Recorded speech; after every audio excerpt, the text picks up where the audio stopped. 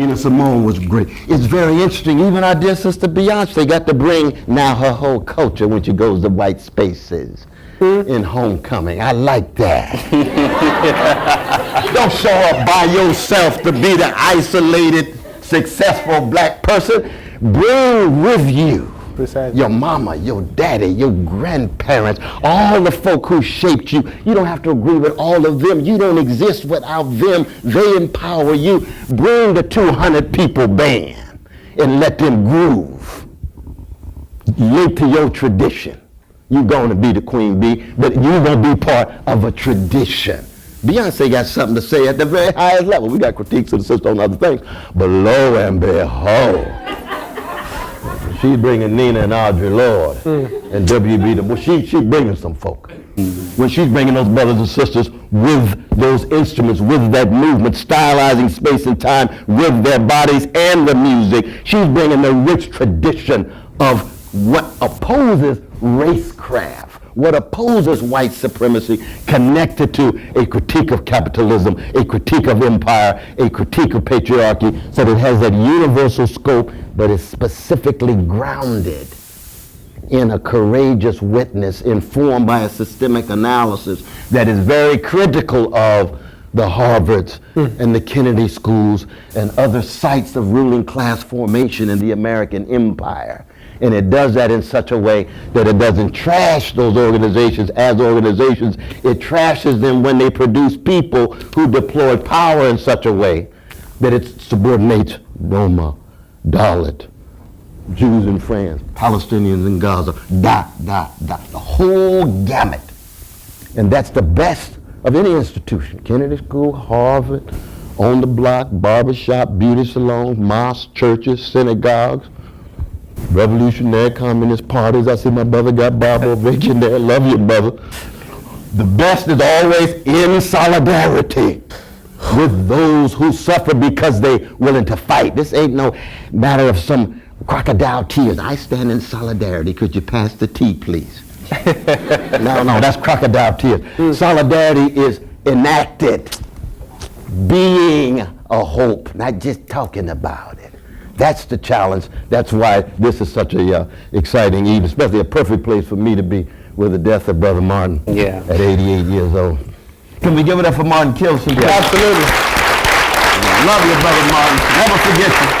Never forget you, brother. Appreciate that, brother. Definitely. I wanted to lift up a couple of things and open it back up to the panel. So one of the things is that, so the Harvard Business School black alumni participated in some focus group studies about a decade ago. And my students know this, but many of you are not my students.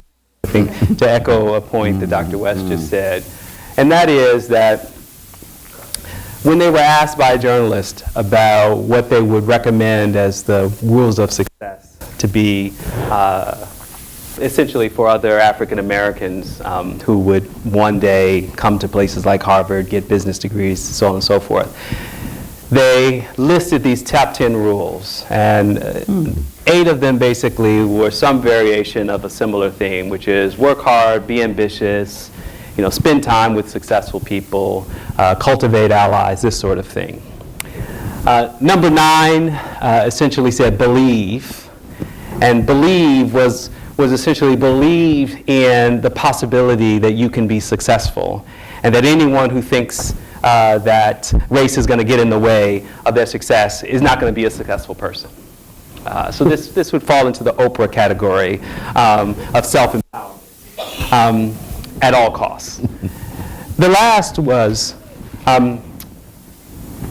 never talk about race or gender if you can avoid it, except to say that race or gender does not matter.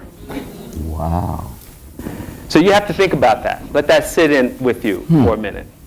So you might think about racecraft as this sort of thing that sits above us, as something that, as I opened with, happened a long time ago. This sort of irreconcilable problem of the inviolability of private property enshrined in the basic infrastructure of our Constitution, which was the basis for actual citizenship, except that some ungodly portion of that private property were other human beings at the time that the United States was founded. And so anyone, if there's any lesson to take from this, for me at least, anyone that ever suggests that race is some kind of accidental road, some tragic moment, some aberration, some thing that just, like we just, it just happened and, we've been trying to fix it. No, it was the central category for the economic wealth that drove the nation and helped to make capitalism a global phenomenon. Absolutely. That being said, that the notion that you could take this irreconcilability of humanity as property and then liberal democracy for what essentially was the first modern republic, which others will call a slave republic, it would have to be explained over and over and over again. It would have to be justified over and over and over again.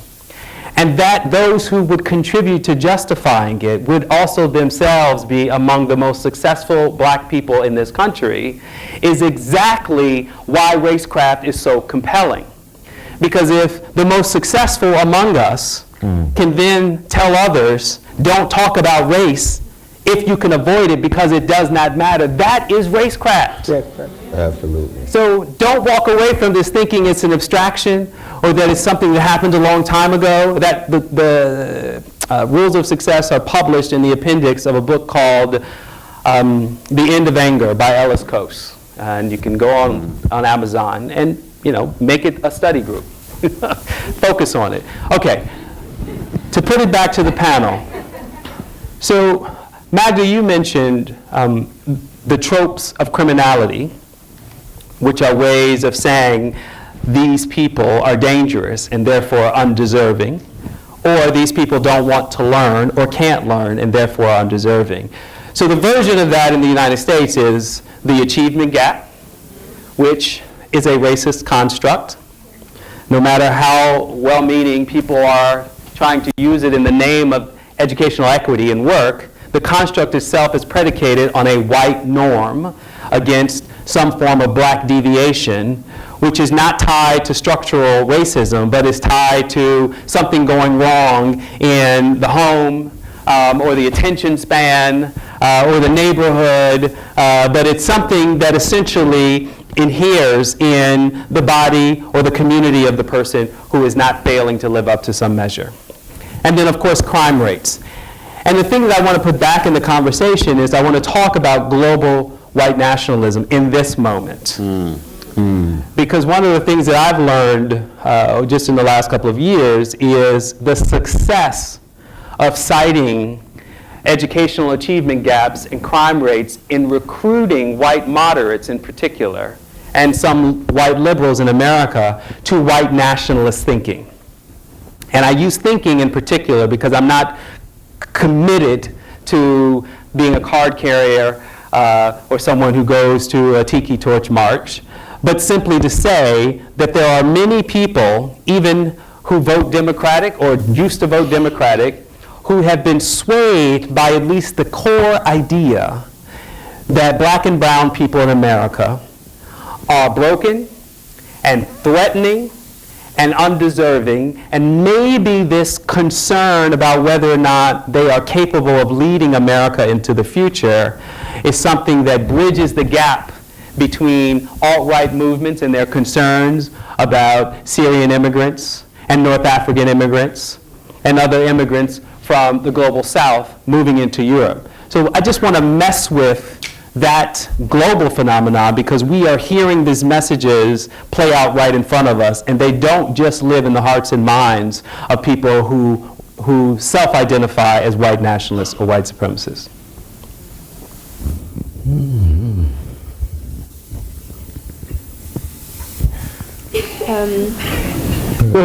Yeah, I would just say a few things here. One is that I do believe that today, more so than other times, we have a sense of urgency that is being put on the table by the rise of far-right vigilante groups, extreme right movements, and so on. And I think it's a new phenomenon. But it's also new in a sense that social media, but also the racecraft of criminality, inferiority, and all those types of racecrafts do have a role in the way that we are talking today about white nationalism and the way that we treat, or that minorities are treated across the world. If we look at the Roma population in Europe, for instance, I think that right now Romani people in Italy, France, Ukraine, and Bulgaria are really under threat.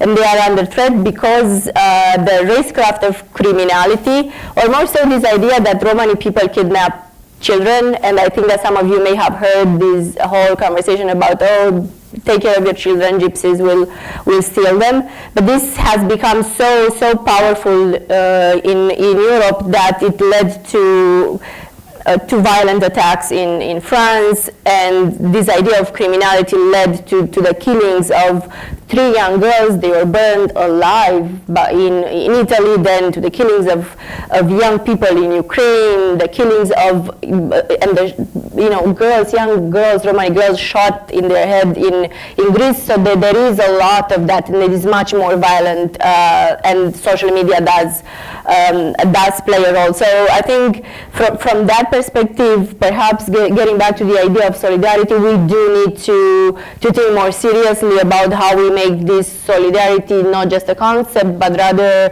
think about it in more concrete and practical terms.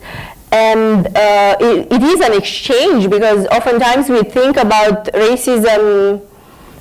I've seen Americans talking about racism in the US, but then looking very highly at Europe and the other way around. And I think that in some sense is true, because Ta-Nehisi, for instance, talks about his travel to Paris in France and how welcomed he was there. And it's true that a black intellectual, and I'll underline intellectual because it not be the case for others, traveling to Paris may feel as welcome there as a Romani intellectual in Texas would feel. But yet I think it's tricky, and racism is refined, and it is also a little bit fluid and versatile if you want. And it's true, and I remember now that you wrote something on a paper for me once trying to understand racecraft and what in the class. And what we discussed then was that race was not fixed then when it was invented, and it is not fixed now. So it is not fixed in Europe. You may feel welcome there, but I may not. And it's the same for me, and there are reasons why Bannon and others are traveling to Europe to import some of these white nationalist waves, and it goes back too because Europe has given slavery and many other forms of injustice to the US as well. So there is an exchange that I think you need to be clear about, and to have it in mind, not only when we talk about solidarity, but also when we will have to implement it, perhaps sooner than later. Absolutely. Rather than answering that question, Suraj, I wanted to pick up on the theme you mentioned earlier, and partly to clarify it, because I think that it's a really powerful observation, and that is that you described the case, the 1923 case of Singh, whose whiteness was called into question and it suddenly lost status. And it raises, and I'm not going into the details to make a larger point. It raises the point that Magda just made about the malleability of racecraft and racism. That, to borrow Ibrahim Kendi's point stamped from the beginning, that for all the racial progress that tends to animate our very linear notion of civil rights history, that things are always better one generation to to the next, he argues that racist progress is a parallel track.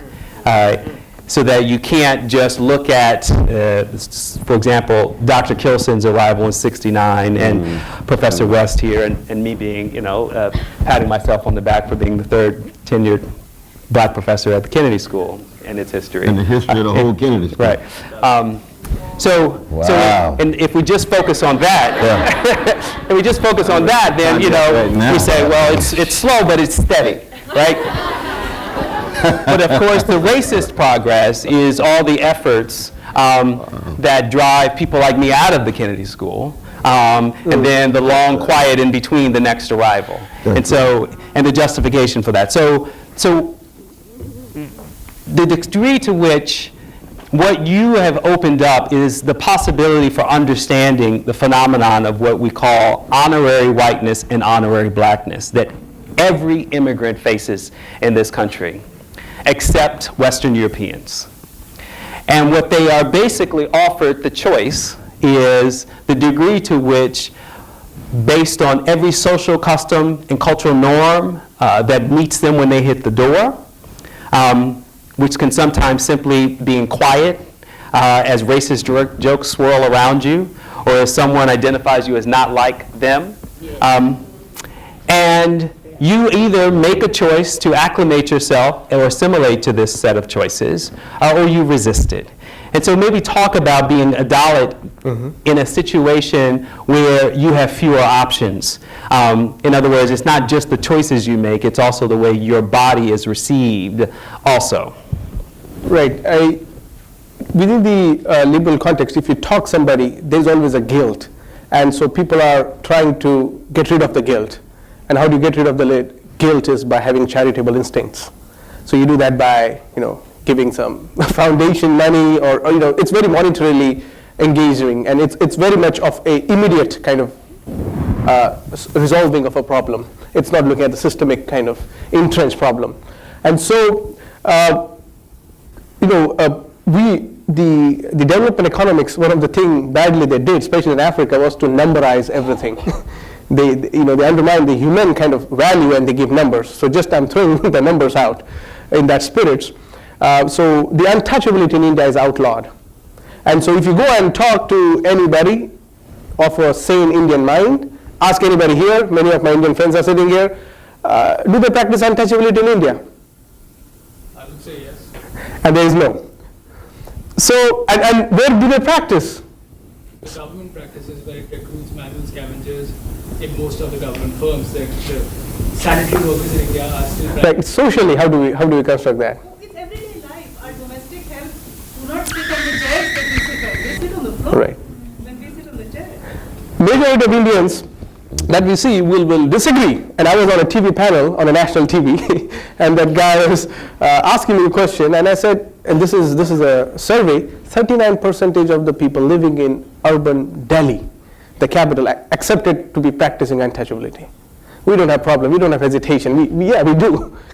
It's a simple form, but untouchability goes to the last human resort.